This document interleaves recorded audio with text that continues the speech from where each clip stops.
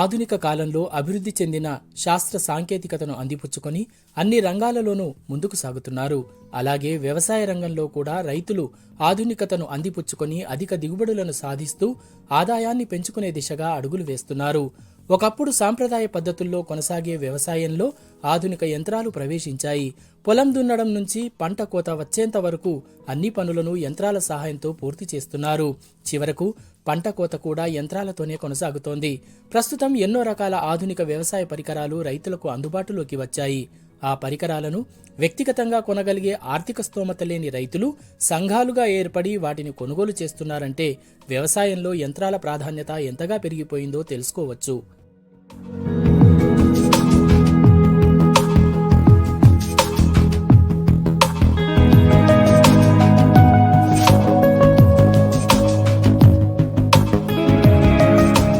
ఇటీవల కాలంలో వ్యవసాయ రంగంలో డ్రోన్ల ప్రాధాన్యత పెరిగిపోయిందని చెప్పవచ్చు. ఇప్పటి వరకు వివిధ పంటలపై పురుగు మందులను పిచికారీ చేసేందుకు మాత్రమే ఈ డ్రోన్లను ఉపయోగిస్తున్నారు. ప్రభుత్వం, వివిధ కంపెనీలు కూడా ఈ డ్రోన్ల వినియోగంపై రైతులకు అవగాహన కల్పించాయి. అయితే ఆదిలాబాద్ జిల్లాలో మాత్రం మొట్టమొదటిసారిగా విత్తనాలను వేసేందుకు ఈ డ్రోన్ను వినియోగించారు. తాంసి మండలం పొన్నారి గ్రామానికి చెందిన రైతు లక్ష్మణ్ పంట చేనులో ప్రయోగాత్మకంగా నువ్వుల విత్తనాలను ఆదిలాబాద్ కృషి విజ్ఞాన కేంద్రం శాస్త్రవేత్తలు డ్రోన్తో వేశారు. ఇందుకోసం డ్రోన్కు కొన్ని మార్పులు కూడా చేశారు. సాధారణంగా రైతులు 1 ఎకరం వ్యవసాయ భూమిలో విత్తనాలు విత్తాలంటే కనీసం 1 రోజైనా పడుతుందని, కానీ ఇలా డ్రోన్తో విత్తుకుంటే కేవలం అరగంటలో పూర్తయిపోతుందని శాస్త్రవేత్తలు చెబుతున్నారు.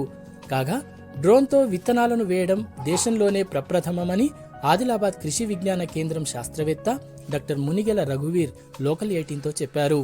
పూర్తి స్థాయిలో విత్తనాలను వేయడం కోసం డ్రోన్లను కనుక వినియోగిస్తే రైతులకు ఎంతో మేలు జరుగుతుందని, కూలీల కొరత అధిగమించవచ్చని వివరించారు.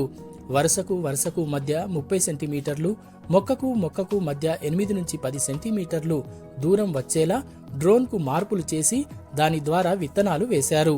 సో మన కేవీకే తరపున దేశంలోనే మొదటిసారిగా మనం డ్రోన్తో నువ్వులు విత్తడం జరిగిందండి. సో దీని ముఖ్య ఉద్దేశం ఏంటంటే, మనకు రాబోయే రోజుల్లో లేబర్ షార్టేజ్ ఉంటుంది కాబట్టి ఈ యాంత్రీకరణ వైపు మొగ్గు చూపడానికి మనం డ్రోన్ని వాడడం జరిగింది. సో ఇందులో ఏంటంటే, మేము సాలుకు అంటే వరుసకు 30 సెంటీమీటర్ దూరం, మొక్కకు 8 నుంచి 10 సెంటీమీటర్ దూరం వచ్చేటట్టు దాన్ని డ్రోన్ని సెటప్ చేసినాం. సో ఇదేంటంటే మనకు మారు డ్రోన్ వల్ల సహకారంతో మనం విత్తడం జరిగింది. ఇంతకుముందు చెప్పినట్టు ఏదైతే మనకు లేబర్ షార్టేజ్ అనుకుంటామో దాంతో పాటు సమయం అండి. మనం మామూలుగా ఈ సరితలతోని విత్తుకున్నప్పుడు ఏమవుతుందంటే మనకు 2 గంటల సమయం పడుతుంది. దానికి 4 లేబర్ అవసరం అవుతారు, ఉమెన్ లేబర్. దాంతోపాటు మనకు ఆవుల్ని ఎడ్లను నడపడానికి ఒక మనిషి, అంటే 5 లేబర్లు 2 గంటల సేపు చేస్తారు. అదే ఈ డ్రోన్ తో చూసుకున్నట్లయితే మనము 30 నుంచి 35 నిమిషాలు ఒక ఎకరాన్ని విత్తుకోవచ్చు అండి. దాంతో పాటు ఏమైతుందంటే ఈ డ్రోన్ తో వేయడం వల్ల మనకు ప్రాపర్ స్పేసింగ్ ఆల్రెడీ మనం చెప్పినాం ఇంతకుముందు 30 సెంటీమీటర్ దూరం వరుస మరియు మొక్కకు 8 నుంచి 10 సెంటీమీటర్ చేయడం వల్ల ఈ మనం సాధారణంగా రైతులు ఈ సరితలతోని కానీ లేదంటే మన ట్రాక్టర్తో విత్తుకున్నప్పుడు ఏమవుతుందంటే అందులో 1:3% ఇసుక కలపాల్సి వస్తుంది. అంటే 1 కిలో విత్తనాలకు 3 కిలోల ఇసుక కలపాల్సి వస్తుంది. అదే డ్రోన్తో అయితే ఎలాంటి ఇసుక కలపాల్సిన అవసరం లేదు. దీంట్లో మేము ఎకరానికి 1.5 కిలోలు, 1.8 కిలోలు, అదే 2.5 కిలోల వరకు మేము విత్తుకోవడం జరిగిందండి. సో మనం ఎప్పుడైతే తక్కువ విత్తనం మోతాదు వాడినప్పుడు దాని తర్వాత థిన్నింగ్ ఏదైతే మనకు ఎక్కువ మొక్కలు జర్మినేషన్ అయినప్పుడు మొలకెత్తినప్పుడు మనము అనవసరమైన తీస్తాము, ఆ అవసరం కూడా లేకుండా మనము ఈ ప్లాన్ చేయడం జరిగింది. సో దీనిపైన ఇంకా మనం ఫ్యూచర్ లో ఇంకా రీసెర్చ్ చేస్తుంటామండి.